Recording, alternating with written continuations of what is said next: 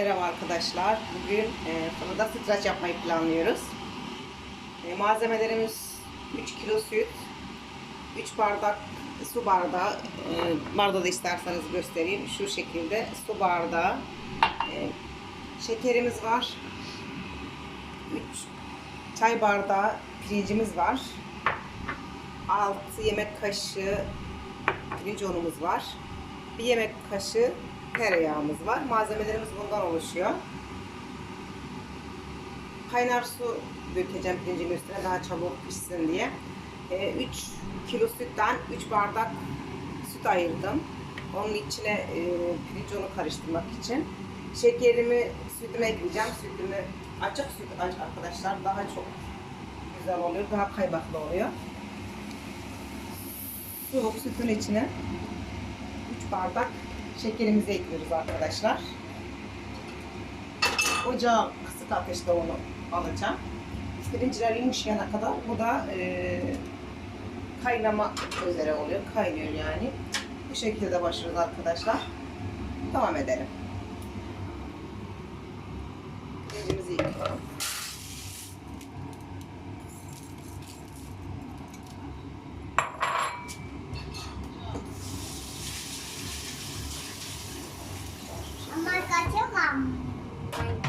Tamam, pirincimizi yıkayalım. Ateşe alıyoruz. Evet arkadaşlar, gördüğünüz gibi pirinçlerimi ekledim ocağa.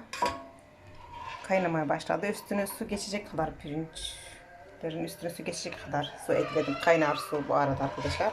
Şekerimle sütümü bir arada karıştırıp kaynatmaya bırakıyorum arkadaşlar. Evet arkadaşlar, gördüğünüz gibi pirinçlerimiz suyunu çekti. Gayet yumuşadı. Güzel bir kıvam aldı. Şimdi pirincimizle sütümüzü oluşturacağım arkadaşlar. Sütüm de kaynıyor bu arada. Kaynamaya başlamış. Kısık ateşte süt kaynayınca daha bir güzel oluyor. Bir de şekerle oluşturduğum için şekerli sütümüz de kaynamaya başladı arkadaşlar.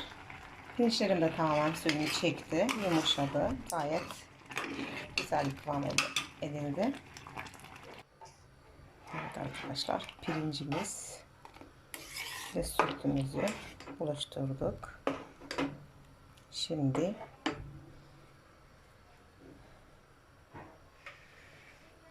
pirinç unumla sütümü bulaştıracağım. 3 bardak süt buraya ayırtmıştım biliyorsunuz arkadaşlar. Onu bir karıştıracağım güzelce.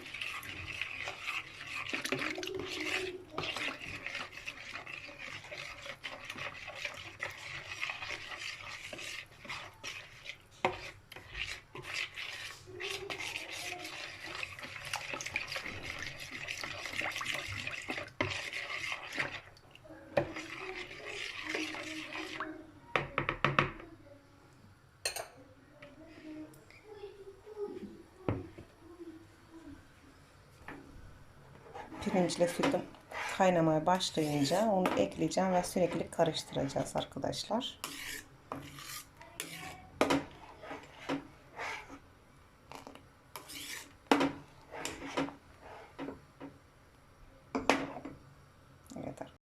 Evet arkadaşlar, gördüğünüz gibi pirincim fokur fokur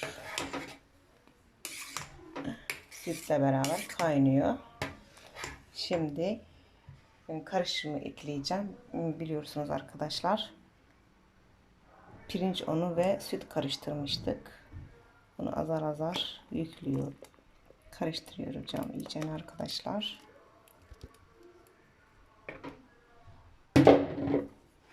Evet. Bunlar da kaynamaya başladıktan sonra arkadaşlar 1 yemek kaşığı tereyağı, 2 paket vanilya ekleyeceğim arkadaşlar. Vanilyanın tadı hem kokusu daha bir güzel oluyor. Sütle yakışıyor yani süt ürünlerinde. Evet arkadaşlar. 2 paket vanilyamızı ekliyoruz. 1 yemek kaşığı tereyağı ekliyoruz arkadaşlar. Bir 2-3 dakika daha kaynatıp tabaklarımızı alıyoruz. Sütlaç tabaklarını alacağız arkadaşlar. Çok lezzetli oluyor arkadaşlar. Şekeri de tam kıvamda oluyor. Ne çok şekerli oluyor ne de şekersiz oluyor. Tabii çok şeker isteyen biraz daha şeker miktarını artırabilir arkadaşlar. Evet arkadaşlar. Sütlaç tabaklarımı fırın tepsime yerleştirdim.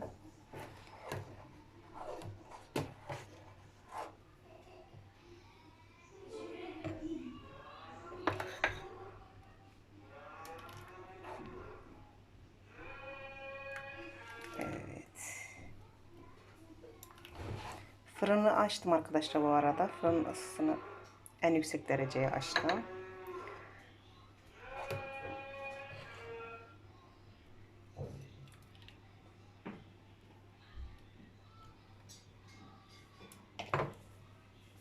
Evet arkadaşlar.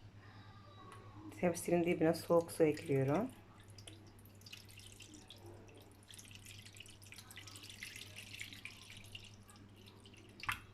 Yarısına gelecek şekilde şimdi fırına atıyoruz arkadaşlar. Arkadaşlar fırınımıza atıyoruz.